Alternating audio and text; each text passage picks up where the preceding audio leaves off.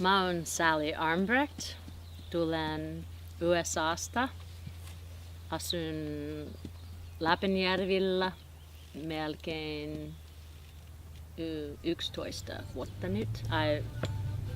In the States, I was an environmental educator. I have a master's in teaching science.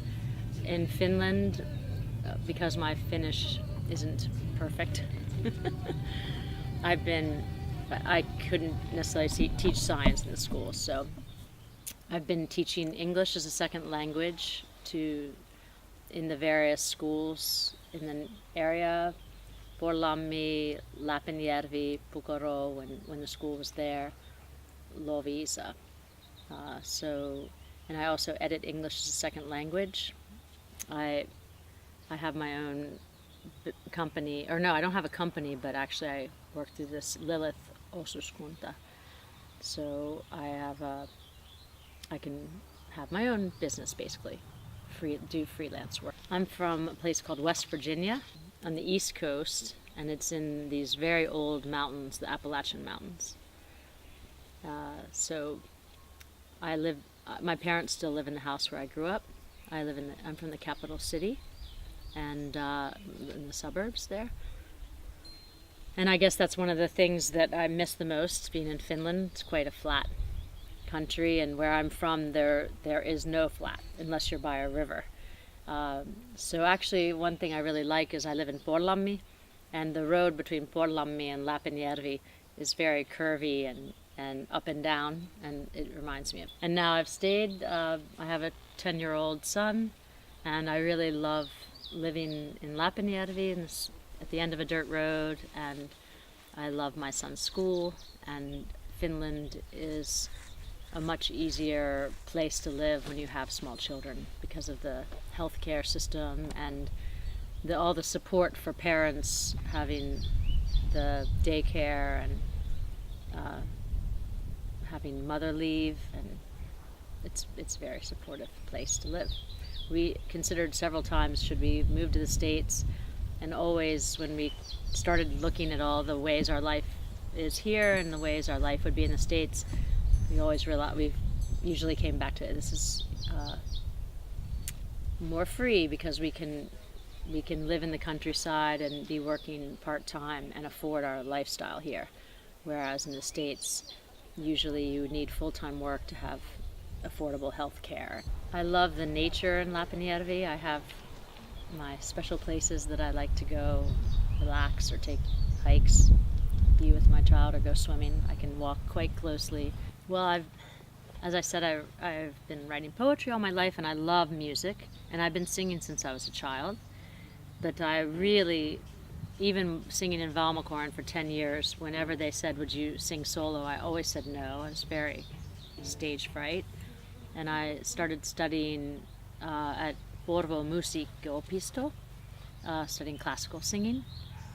And I remember we have a student concert, I think it's twice a year, before Christmas and in the spring. And the first one, before I had to go up and sing one song, I was so nervous I was about to pass out. And I thought, I'm never going to be able to solo sing. It's impossible. I had a dream that before I turned 50, I would like to sing at least once live on stage with a band. And I never thought that I would be able to find a band in this little village. And I thought maybe Loviisa I'd have to find some. And then, lo and behold, I managed to find, we should be called the village people because it's, the local taxi driver, and that he owns a taxi company, is the drummer, and then the piano player is a teacher in the schools, and then some other locals, and we're all within 3 kilometers. And we had this band at the school. We played in the school practice room for the first year, and now we've moved to the studio here. But I got my dream in this little village to have a band. We have 2 bands. One's called The Forest, and we play cover tunes like PJ Harvey and White Stripes, Nirvana, Florence and the Machine. And then now we started a new band called The Nest, and we play, maybe it's like meditation music for metalheads or something. It's all our own original tunes. So I'm now able to write lyrics, take my poetry and turn into lyrics, and I have to say that now I can sing on stage without almost passing out. The Forest, we've been a band for about 2 years, 2.5 years, and the Nest is a side project that kind of sprouted from the full. And we practice weekly all that time. We've been playing a lot, and we've played in some of the local gigs. We'll be playing at Chookleen's. The Forest will play this spring. I actually have very broad tastes in music. I'm studying classical singing. I'm a first soprano, and I love singing that.